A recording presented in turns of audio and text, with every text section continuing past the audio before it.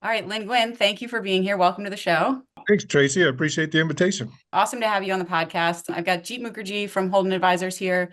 He's our Chief Strategy Officer. Got a few things that we wanted to talk to Lynn about. So Lynn's been the last 30 years of his career at Cargill. For people listening, Cargill is the largest private company in the US. So we wanted to spend some time with you and debrief some of the things that you've seen in pricing, price setting, price getting, negotiations, everywhere in between. So kind of like all of the intersections of pricing and sales. And I think a good starting place, Lynn, for people who aren't familiar with Cargill, can you tell us a little bit about do a high level, here's kind of the last 30 years of my career. Just That's some an easy one. broad brushstrokes. It's so easy. Yeah, that one is easy. I've had the great fortune of being a part of Cargill for the last 30 plus years, and the experiences and the opportunities that have been forthcoming inside the organization and outside, working with the customers, the suppliers, et cetera, have just been far greater than anything I ever could have dreamed of doing. Coming from a small town like I did, and I dealt with the largest companies, the largest organizations that exist on the planet, basically, in through negotiations, and then also with some of the smallest businesses that exist as well. So the opportunities that Cargill has afforded me across working in every geography, the only continent I haven't worked on is Antarctica, and that's just because we didn't have any customers there. So everywhere else in the world, I've had the opportunity to work, EMEA, Latin America, Asia Pacific, and with all the different 70 plus businesses that Cargill has across the world. It's been a wonderful opportunity to work with those businesses and to be able to build the teams that support those businesses in our commercial activities around the world. So great opportunity. Could not be more thankful for the just the ability to go and build the things from an entrepreneurial standpoint inside an organization that is as massive and as matrixed as Cargill is. It's just a great opportunity to experience in a career. That's so cool. I was thinking like for both of you, over all of the years that you've seen different approaches, strategies in pricing, there's probably a lot of things that you've seen change and a lot of things that you've seen stay consistent.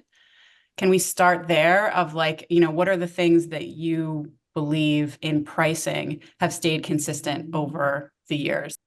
First and foremost, the most important thing is the people.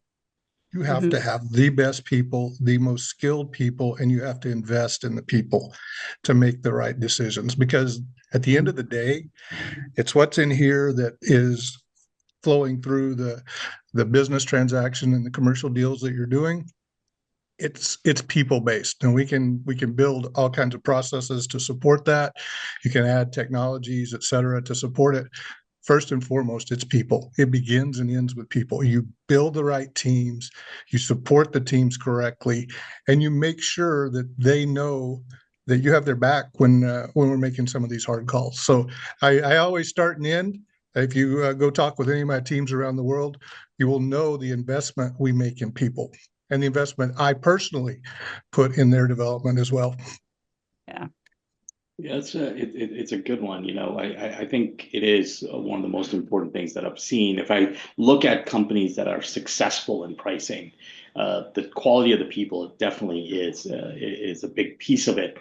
I also think it's the development of skill set. You asked the question, what has stayed the same and what has changed. I think what's changed, if I can do that first, is the skill set required to be a pricer.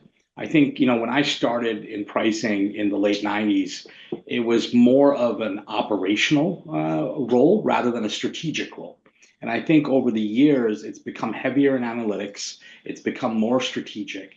I think it requires skill set to be more of a player that goes across all verticals, somebody who can speak with finance, somebody who can speak with marketing, somebody who can speak with sales. It requires somebody to have that type of a skill set and not just be a sales ops person that, cuts and pastes from one spreadsheet to the other. Not that there is anything wrong with that. It's just the role has evolved, and it's evolved to a very strategic level, which is a good thing, I think. And the people that I think consider to be very good at pricing and thus very good with their profitability management, have been able to go through that change, go through that with the focus still being on the people. So I definitely I into that too, because you're spot on in it. But I think the key area on this, and it doesn't matter what discipline your pricing team comes from. I mean, we have great examples of team members coming out of finance, out of operations, out of logistics, out of engineering, just the broad gamut of the entire business, and then bringing that collective knowledge, because it's really a mindset. And when you get the right mindset in the teams, those teams flourish. And I agree with you. The skills that are necessary to do that are far greater today, and they're broader. I'd say they're broader and they're deeper in all those disciplines, because you actually have to be good at it, and you have to be able to communicate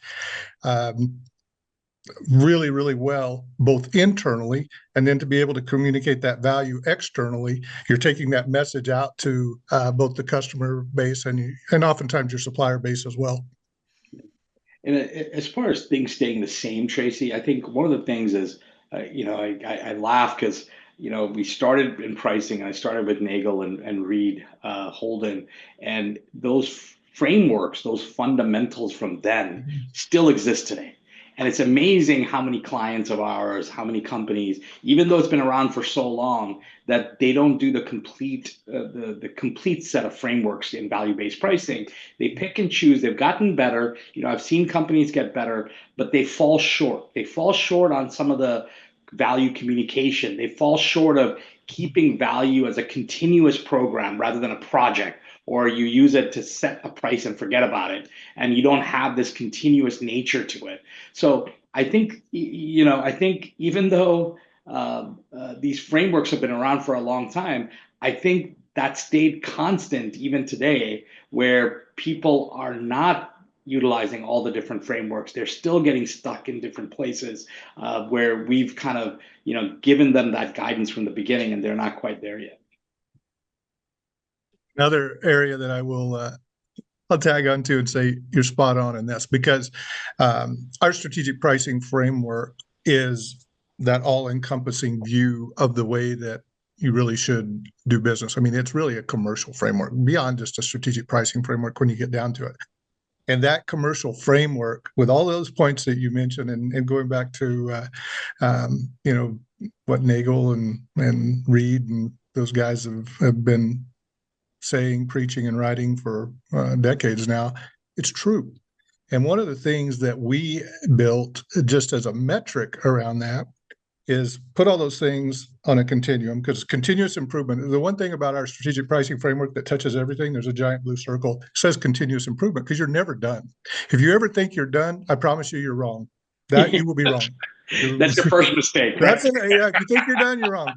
But that continuous improvement is critical. And one of the ways that we built a metric around that is we basically built a scoring on a spider graph in all those aspects. So if you put it around and like in a clock dial, they're all out there, and we score it from 0 to 9 with all of the parameters in each one of the areas, and it creates a spider graph showing exactly what you're suggesting is where are we doing really well, where do we need to improve, so that we continue to improve all aspects of that continuous pricing or the strategic pricing framework, but with that continuous improvement mindset.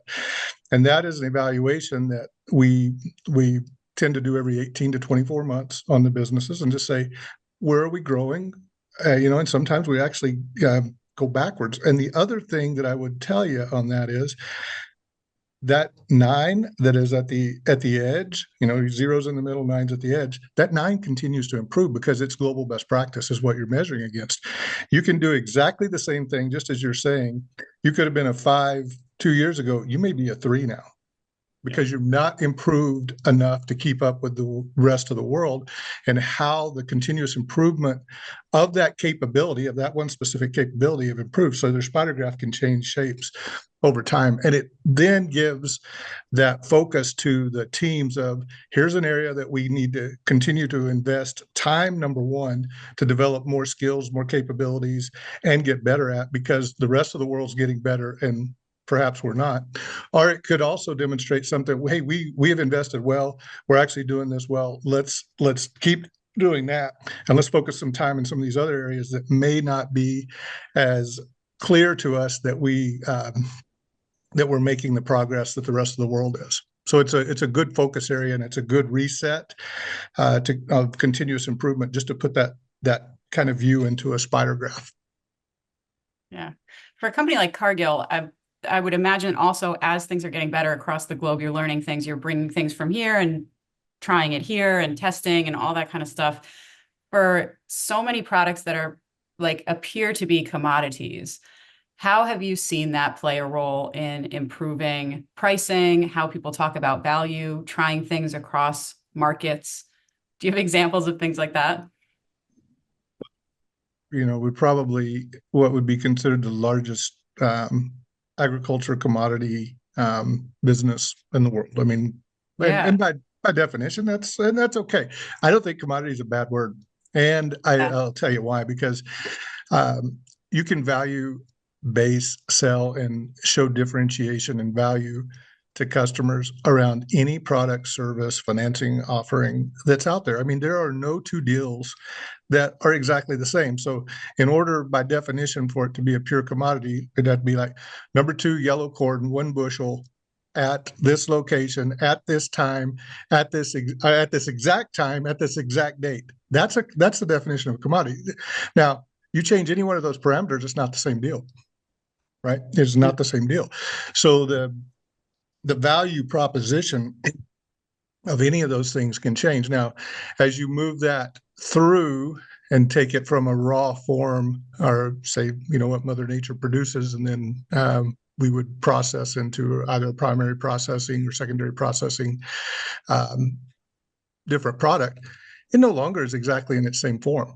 Now, it may have come from the raw material that was a traded commodity that all 8+ billion people on the planet can see the value at any moment in time, but it has changed in form, it's changed in substance, it's changed in time, it's changed in all kinds of structure. It's no longer exactly the same. So those are the things that we continue to work on. And then we have a lot of other products that are way far beyond just traditional commodity processed products, and they bring differentiated value. The other thing that is often overlooked is, even on those things that are quote commodities, there's still all the opportunity to put branding around it, to put the additional services and don't think that financing doesn't change the value story either, because you've got certain customers who require some additional financing to keep their businesses going. That changes the value proposition of what that structural physical product is, because the deal is different, because it's got different, and beyond terms and conditions, it has different value, and it could be in the service offering as well. So there's just so many things that extend beyond the physical product that is looked upon as a commodity, and look deeper into what's the value of the entire deal. And when you start decomposing it and looking at it structurally, you wind up with value pieces here, value pieces here, value pieces here, and they're not always positive. There's negative ones as well, but you restructure that together, just as we talked about the discussion earlier around how Tom Nagel and Reed and those guys have structured it. It's right. That's right. Doesn't matter what the product is, it's right, because it's the product, the service, the financing that you're doing to make the deal work for you and for the customer, but most importantly, the customer. It's amazing, out of the years, I would, going back to your first question, one of your first questions, Tracy, that's probably the one thing that's probably stayed the same. Out of doing, biz dev calls, reaching out to clients and having conversations with leaders in different spaces. If the leader feels like it's a commodity, it's very hard to change their minds, because we have simple things, like we talk to them, like Lynn just said. There's so many other things that go into an order. There's order level attributes like financing. There's rush order. There's so many other services. There's the salespeople in general. There's your brand. There's the quality aspect. How do you respond to things? Tech support. Whatever it is. There's so many things that go around that one product. That it's not just SKU based. I was just having a conversation with a client or a prospect, and they were just adamant that they are an absolute commodity, that there's no way to use value-based pricing.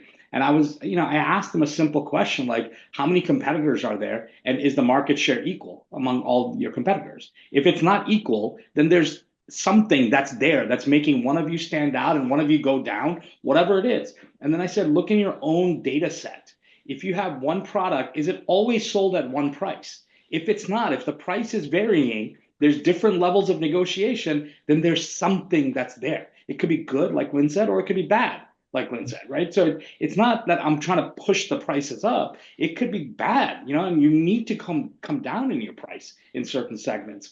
But it's hard for when a leader has that mindset that it's a commodity and there's nothing they can do about it from a value perspective. I think that's the tailspin, because that's the start of game theory, right? That's the start of game theory where everybody is just dropping, their price and try to get to the bottom as fast as possible. Right to the bottom, right? To protect their customer base, and there's only one end right there. I think for your experience, Lynn, a lot of your internal role in leading people, aligning people across teams, influencing people to see the value in going in one direction or another when you're making these decisions is such a big part of how you might have to spend your time, right? You're showing people, here's what we should do and why. There's so many people within Cargill that you need to get on the same page about a change. What are some of the lessons that you've learned in that? You must be a great communicator, because it takes time, it takes effort, and I will tell you, it takes grit. It's not, because one time is usually not enough. It takes you have to keep telling the story. You have to say over and over why we should choose to do this. What is the nothing is ever 100% perfect. There's always pros and cons to everything, and you should be honest about it. Say, here's the upside, here's the downside, and here's what we think is going to happen. And the more that you actually put those things down on paper, if I remember, I'm going back almost 20 years, but I used to say, we used to keep, even on an Excel spreadsheet back years, I mean, this is 20 years ago, we'd keep, here's our proposed actions, here's our expected outcomes, here's what we think is going to happen. And then we would just come back and, 6 months, a year later, let's just put what actually happened out of those deals. How did it actually play out? And building the credibility over years of doing that actually then reinforces the ability to walk into whether it's into a boardroom or into a business leadership team meeting or whatever, and they say, okay, this is what we suggest. Well, all that credibility that's built up over years is already there. So it would not matter whether it was me delivering that message or someone off of my team. The credibility established over a number, I mean, you're talking a couple of decades here, but that credibility being established enables the business to have confidence that these are the right moves to make. Now, they still may disagree with it, and they may say, we want to do this, we don't want to go that far, or we want to go farther. Maybe, we want to go farther than that. And that's okay. But to make sure that the team builds that confidence that the message they're delivering is supported with the facts. Again, I mean, it's fact-based, right? I mean, that's the key to this, is you have to support it with facts. Here's the fact base. And you're never going to be exactly right. I mean, you got to remember, we're futurists, we're not historians. We use history to help us to determine what we should do in the future, but we're futurists. And if we don't have clear crystal balls that are going to come out with exactly the right answer, but we say, this is the general direction, these are the expected outcomes. And when you build that credibility with those business teams, and even across, I mean, if you think about the 70 different businesses across Cargill, that's like dealing with that many different businesses, oftentimes in an external environment. But the message remains clear to them that if these suggestions are made those outcomes are probably going to be the right outcomes. Lynn, how one of the things that and I think this is going to move us a little bit more into the price getting side of things, Tracy. But how inherent in that question that she just asked is your ability to influence, because you can have obviously the fanciest math, you can have all the credibility, you can have you're doing a Bayesian model, you could do whatever you want to come up with that $100 as the right price, right? And you kind of provide that to sales, and their job is to go protect that price and get the most they can out of it, right?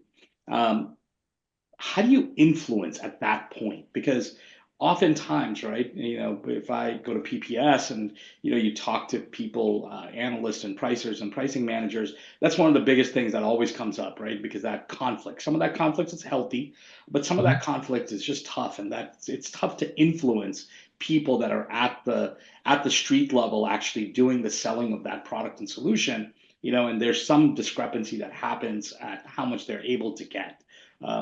How do you kind of, being at your role, your sort of, from your viewpoint, how do you go in and do that influence? Well, the first thing I'll say is the internal sell is far harder than the external sell. It's far harder. So there's a lot of time invested, obviously, to get there. The one thing that we have always tried to do is build the broader teamwork. So between your sales team, your entire commercial team, and your pricing teams, but kind of build that is our commercial. That's our true commercial team.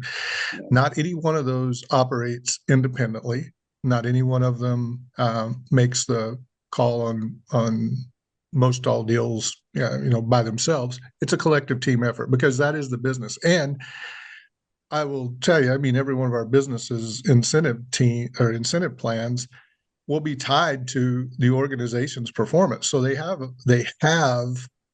an additional incentive beyond just their normal salary, to say, we need to do the right thing for the business in total.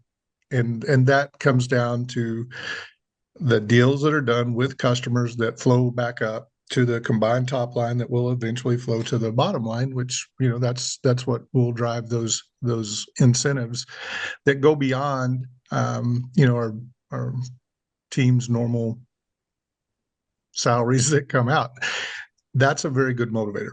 So I'm not going to come out and just say it's all SIPs. I'm not going to say it's all MIPs. I'm going to say it's the collective viewpoint of what creates value for the organization that flows, and by organization, by business, that flows back through to the individuals that participate in the business decision. And I think when you bring that kind of mentality together, it creates a team effort on coming up with what's the right value. And generally, our pricing teams are suggesting to our sales and commercial teams, what's the right range of prices for this? It's usually not one number. This has been my experience. If you say one number, you're going to be exactly wrong. Again, just like on the other one, I say you'll be exactly wrong. But say this is the right range. You get in this range. This somewhere in this range is going to be the right value that this business should go for. Getting that level of confidence around that's the right range of values that business should transact at is important, because then your sales team, which is your soldiers that are going out there executing the deals directly with the customers, they have that confidence to know this is the right range of pricing. And again, when you really do it well in certain businesses, it's not across all businesses, but then if you attach deal scoring on top of that, which actually says this is how well, I actually call it the quality measure of revenue, which is what our deal scoring is. What's the quality of the revenue? It's going to be in the right range.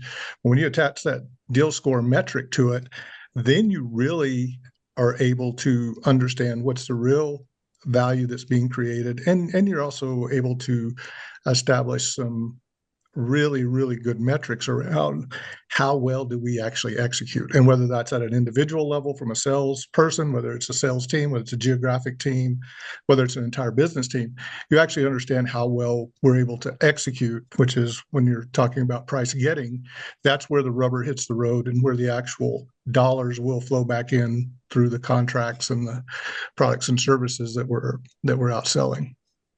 You said something right in the beginning that's interesting. It's kind of sometimes it gets a little a touchy subject, but do you believe that sales leaders should have an influence on, pricing leaders should have an influence on sales compensation? I think it's a team effort.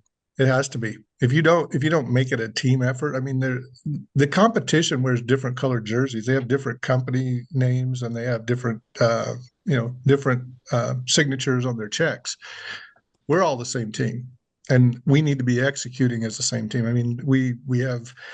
I mean, no different than a football team. You know, you were talking about your Cleveland Browns a while ago. You got to have an offensive line that protects the quarterback, otherwise he gets smashed. And you got to have a quarterback that can deliver the ball to the receivers, and you've got to have a running back that can take the pressure off the passing game. I mean, it is a team effort, and if you approach it as a team effort, you generally win. If you start getting individualistic, we generally don't have as good outcomes. I'll just say that the outcomes are not as good.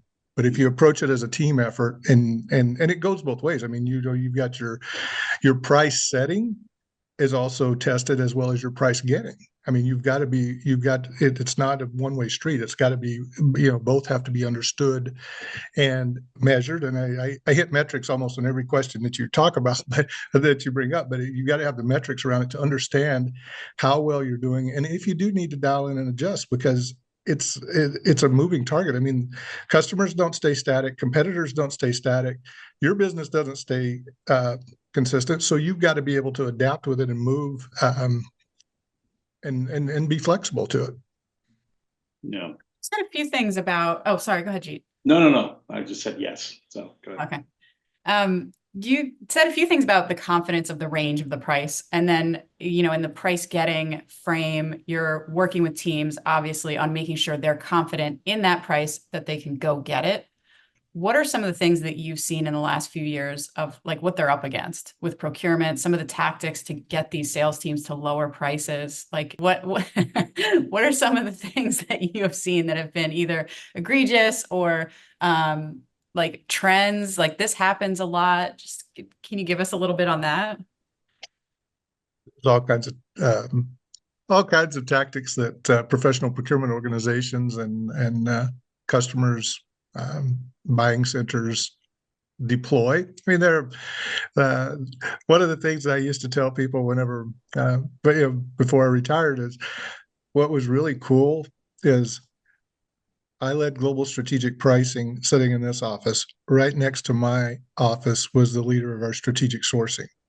And I actually attended their at least monthly meetings, and we would compare notes. What are we doing? What are we doing? What are we doing too in the strategic sourcing world, as well as what are we doing in strategic pricing? What are they seeing that other people selling to us are doing? What are we seeing that is happening with our customers and vice versa? And I think that exchange of communication, Jeet said it earlier, is that deeper understanding of the entire business and how the business functions as a whole, I think, is really critical.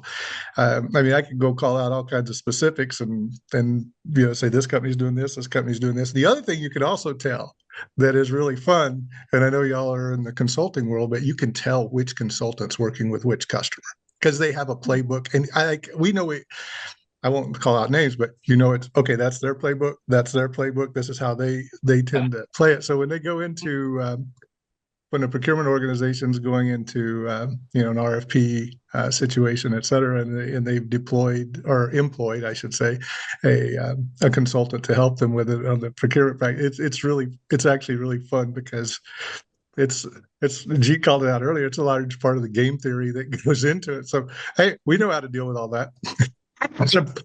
It's just I'll go back to the football analogy. If you're up against the zone defense, what plays to run. If you're up against the man defense, what plays to run. And you got to remember from the strategic strategic pricing side, and like I used to call my job, I said, I'm just a high-powered offensive coordinator. You want to get, I'm just sit up in the booth, call the plays on offense. You look and see what's the defense doing on that side. Okay, let's run this play. Let's run this play.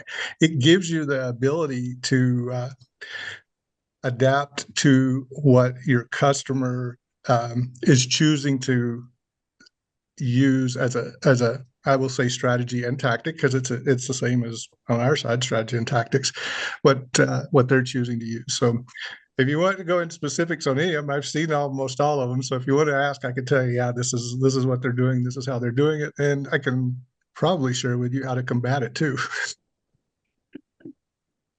Can you tell us about a memorable negotiation? Just something that stands out from over the years, a story of something that kind of stuck with you and what you learned from it. Just take us through something you've seen. Yeah, I would. I'll share with you one, and this is say in a really inflationary market, say like a Turkey or an Argentina or Venezuela, something like that. So it's not a U.S. based example, but probably with a multinational company that may be U.S. based could be the counterparty on that one. And I hate that word counterparty because they're a customer, but the way that they were acting, they were being a counterparty. So in this particular example, it's a highly inflationary environment, and we've been through this. This is years past. This is not current. But we were on a quarterly contract with them to supply a significant product that went into their product that they then sold on in a CPG type world. So our quarterly contract in that inflationary environment just made no sense. And we had been to the table for a few months saying, look, we need to move to a more close-in pricing. We don't want to go spot. The spot's too much. But we proposed that we need to move to weekly pricing. So we'll price it every week, and that's good enough to lock in. So this customer is balking, dragging their feet, and said, "Oh no, we can't change prices that fast. We can't absorb that. We can't move that through our system." And we're going, "You're operating in the exact same countries that we are, with the exact same economic environment that we are, and you're telling us that you can't do this." And oh no, we can't do it. We can't do it. We can't move that. It won't work. And so finally, this dragged on, and the business team then actually called for some help. And we went and we met at an offsite hotel in a different country. So it was a totally neutral site. We went totally neutral, not in their site, not in our site, totally neutral. So we went to this hotel in a different country. Met. They brought 4 people, and we had about the same in the room. And we sat down, and it was across the table. It wasn't the most warm and friendly start to the conversation, as you can well imagine, because they had a strong position on their side. We obviously had a very strong position on our side because it just financially didn't make sense to be operating with those kind of contracts in place and an economic environment that existed in that country, in that region. So we sat down, and they made their case, and we said, okay, here's what we propose. We will go to weekly pricing.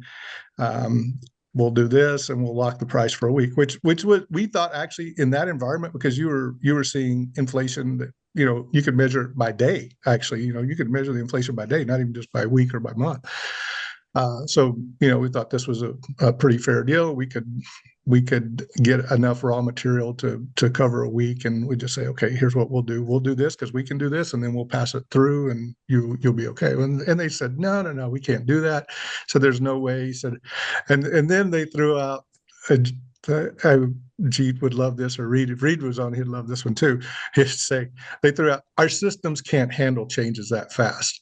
And I looked back across the table at him, and I said, that's your business problem, not ours. That's great. So anyway, we continued on, and so they got mad. They stormed out of the room because we just didn't change our position. We say we're going to do weekly pricing, and this is the way it's going to be. So they got mad. They stormed out of the room. They come back, and And they say, they were gone, say 30 minutes or so. They went outside, they came back. They sat down at the table. They said, okay, here's the deal.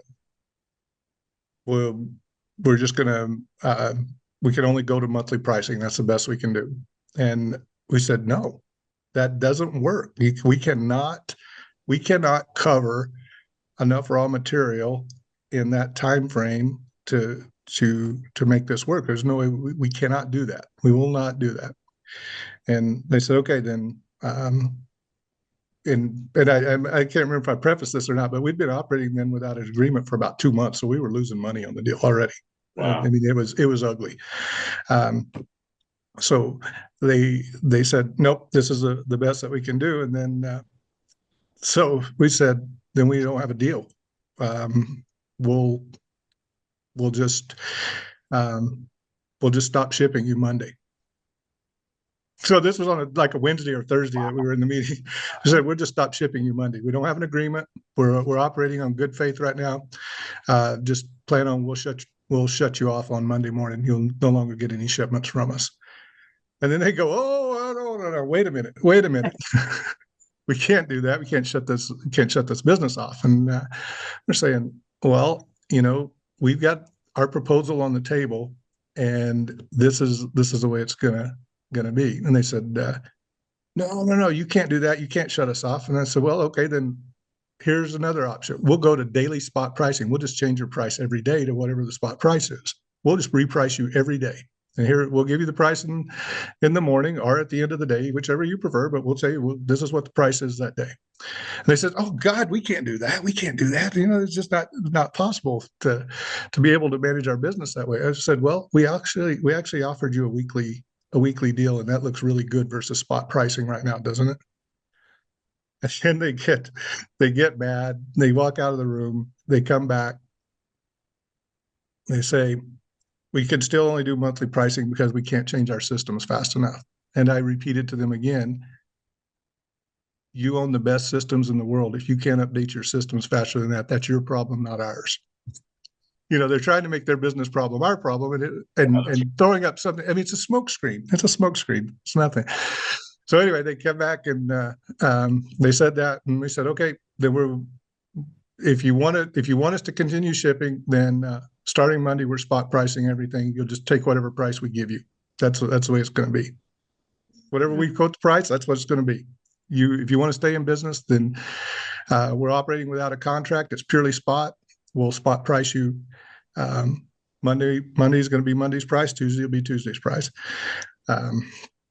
So again, they get up, they walk out of the room. These are all procurement tactics that are normal. They get up, they come out of the room, they come back in, they sit down, and they said, what is the best deal that you can do for us? And I said, the best deal is that we will price you on a weekly basis in this environment, because this is what makes sense for our business. It'll make sense for your business. That's the best solution. And it's actually the best solution for your customers beyond you as well.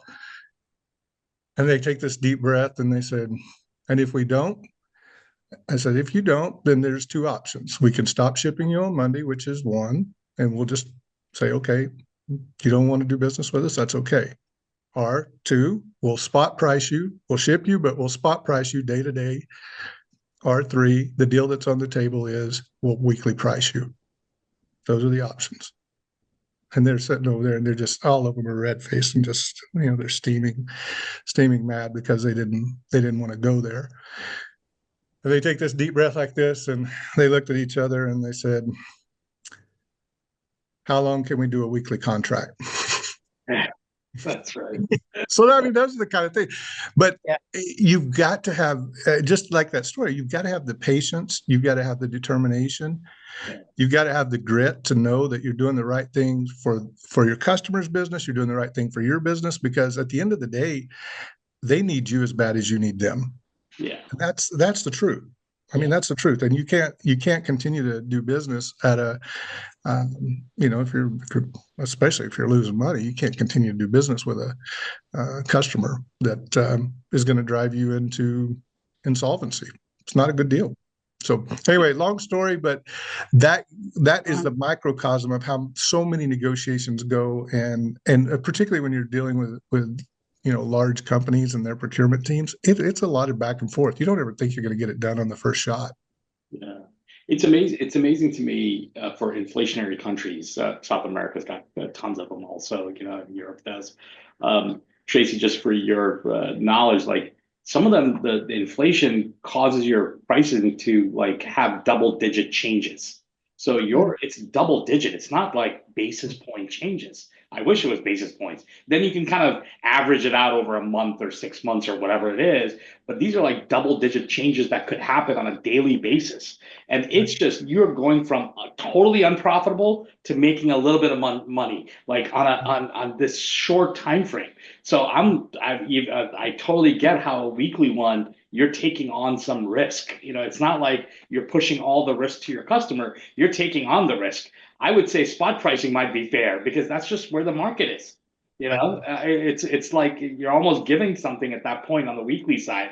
It's just it's unbelievable that they want it monthly in an environment like that. So and coming off of quarterly. Yeah, that's crazy. Yeah. But Yeah. it is So- interesting how, when you're negotiating, right, the person you're negotiating or the company you're negotiating with, they always have those three things they try to do, right? They try to make you believe that you're a commodity. They try to make you believe that time is running out and that there's really zero switching cost. So they're trying to put the pressure of time, switching cost, loss of business on you, and they're trying to make their business problems. I love the way you said it, Lynn.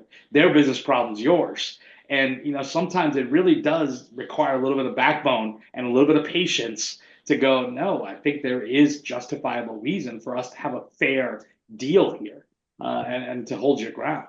But you have to know what the fair deal is. In this situation, it's I think the weekly one is a very fair deal.